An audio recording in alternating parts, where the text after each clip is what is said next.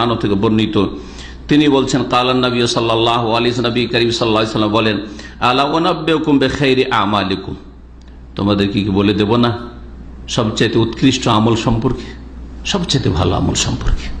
ফরজের পরে, মনে রাখবেন, ফরজ নামাজের পরে, ফরজ রোজার পরে, ফরজ জাকাতের পরে, ফরজ হজের পরে, ফরজগুলির পরে বাপ মায়ের খেদমত যতটা ফরজ, খাবার অভাব আছে তা দেওয়া, হ্যাঁ, মাসা লাগবে, থাকার জায়গা লাগবে তা দেওয়া, হ্যাঁ, চিকিৎসা লাগবে তা দেওয়া, যতটা ফরজ আছে। ফরজের পরে নফল, নফল বাবার জন্য মেলা টাকা পাঠাচ্ছেন, ওগুলোর চাইতে বেশি ফজিলতার আমল এটি, যেটি বলতে যাচ্ছি। জি হ্যাঁ, অন্যান্য যে সুন্নত নফল ইবাদত বন্দেগী আছে, ভালো নেক কাজ আছে, সেগুলির চাইতে ফজিলতের নেকির কথা বলছেন এই হাদিসে নবী করিম সাল্লাল্লাহু আলাইহি ওয়াসাল্লাম। কিন্তু ফরজের পরে সব সময় আগে ফরজ ঠিক থাকতে হবে, তারপরে নফলগুলি, সুন্নত মুস্তাহাবগুলি কাজে আসবে।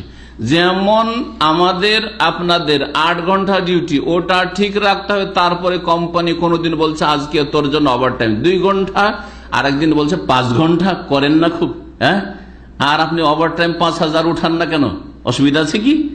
কিন্তু যদি বলেন যে আমি ওভারটাইমটা করে দেবো, কারণ ওই সময় আমার ঘুম চাপে না, বিকালবেলা ওভারটাইম হয়তো, ওই সময়টা আমি কোম্পানিকে বলছেন স্যার আমি ওভারটাইমটা করে দেবো, কিন্তু সকাল 6টায় ডিউটি যাওয়ার জন্য খুব কষ্টকর, আমি ওই 8 ঘন্টা ডিউটিতে পারছি না, সকালবেলা 4 ঘন্টা যেতে পারবো না, রাখবে আপনাকে?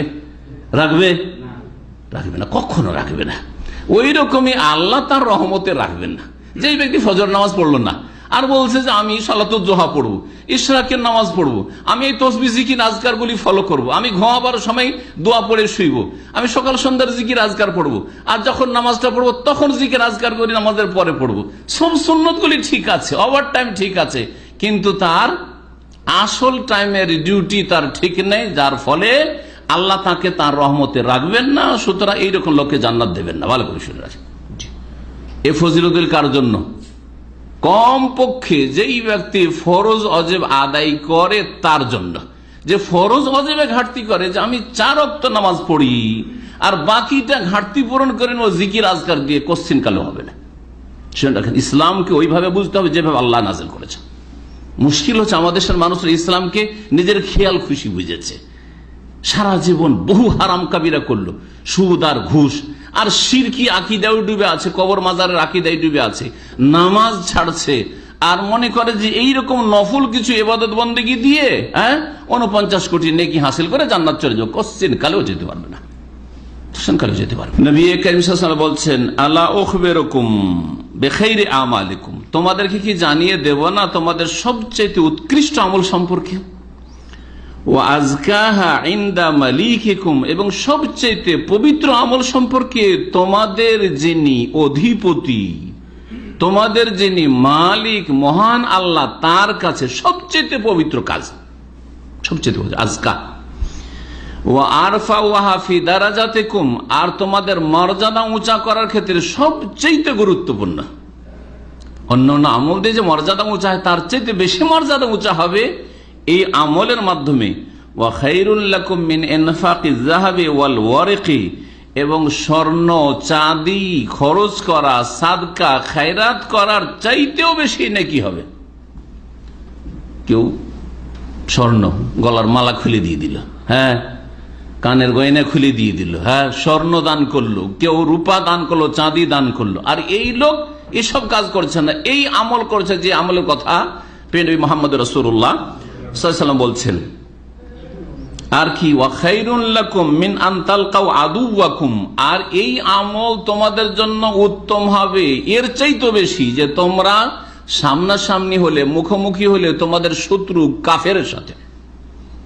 জিহাদের ময়দান, জিহাদ করার চাইতেও বেশি ফজিলত পেয়ে যাবে। জি, ফাতাদরিবু আনাকাহুম, যখন মুখোমুখি হইলে শত্রু, তখন তোমরা তাদের গর্দন ওড়াচ্ছ, কারণ মুখোমুখি অস্ত্র চলছে, আর তারা ওয়ায়াদরিবু আনাকাহুম, তোমাদেরও গর্দন ওড়াবার চেষ্টা করছে। তারা চলছে দুই দিক থেকে, কে কাকে পারে হত্যা করতে, এইরকম যুদ্ধ চলছে। এর চাইতে ভালো ফজিলতের আমল বলে দেব কি? কালু বালা ইয়া রাসূল, কতগুলি ফজিলতের দিক বলে নবী করিম সাল্লাল্লাহু আলাইহি ওয়াসাল্লাম।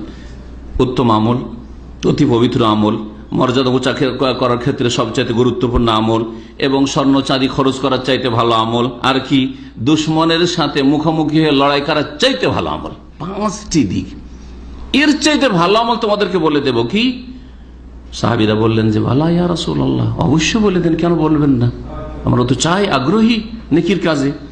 কালা, নবী করিম সাল্লাল্লাহু আলাইহি ওয়াসাল্লাম বলেন যিকরুল্লাহ তাআলা, মহান আল্লাহর জিকির আজকার, মহান আল্লাহকে স্মরণ করা। তাহলে দেখেন, মহান আল্লাহ যদি দেখে বুঝেন তাহলে ভালো করে বুঝতে পারবেন।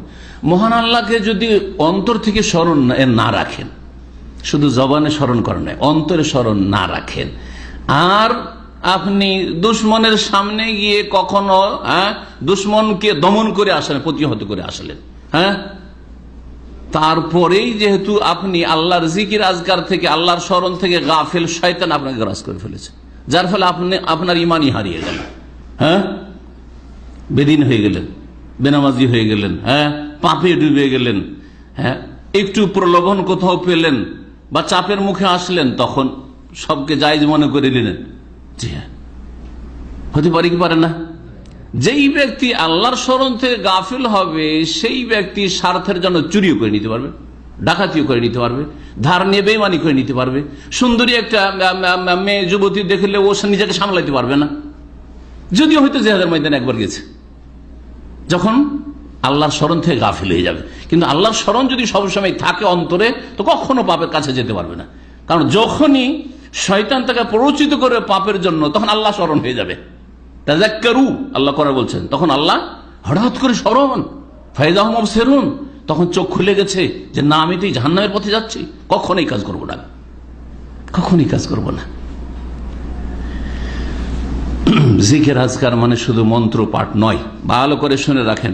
আজকাল অধিকাংশ লোক যারাও জিকির আজকার করে, মুশকিলটা হচ্ছে আমাদের জিকিরে কি বলি তা বুঝি না, তরজমা বুঝলাম না, তার প্রতিফলন ঘটলো না আপনার জীবনের ওপর, কারণ আপনার কলবে নামে না ওই কথাটি, মুখে যেটা উচ্চারণ করছেন।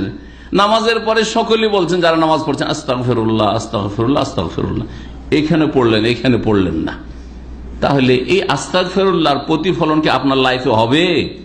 রেজাল্ট, ফলাফল দেখা দিবে? দেখা দিবে না। তিরমিজির হাদিস, ইবনে মাজার হাদিস, হাদিসটিকে আল্লামা আলবানী সহিহ বলেছেন, সহিহুল জামের 2629 নম্বর হাদিস।